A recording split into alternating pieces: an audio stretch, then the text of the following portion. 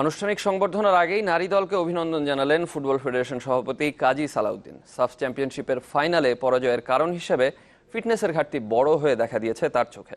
তবে এই দলকে ধরে রেখে পরের সাফে বড় সাফল্যের প্রত্যাশা এখনই শুরু করে দিয়েছেন ফুটবল বস।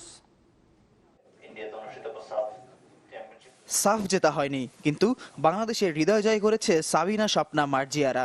রানার্স আপ হয়েও তাদের নিয়ে চলছে চারপাশে আলোচনা।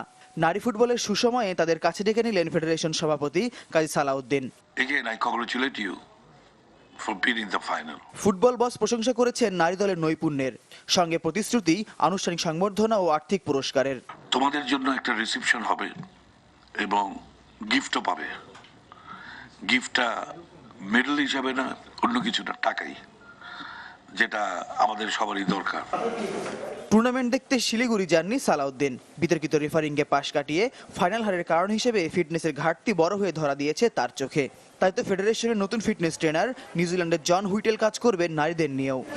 তোমাদের সাথে কাজ করবে নতুন জন আসছে, he is a physical trainer. আমি মনে করি ইন্ডিয়ার খেলাটা আমি দেখিনি, আমার কেন জানি মনে হয় তোমরা স্পিড ফিজিক্যালি ওদের সাথে পারো নাই। সাফ শেষ হলেও ছুটি নেই সানজিদা মার্জিয়াদের। সেপ্টেম্বরের অনূর্ধ্ব-16 AFC কাপের চূড়ান্ত পর্বকে সামনে রেখে চলবে ক্যাম্প। সংবাদ মাধ্যমে কথা বলার নিষেধাজ্ঞা তাই অব্যাহত। ফয়জুল ইসলাম, চ্যানেল 24, ঢাকা।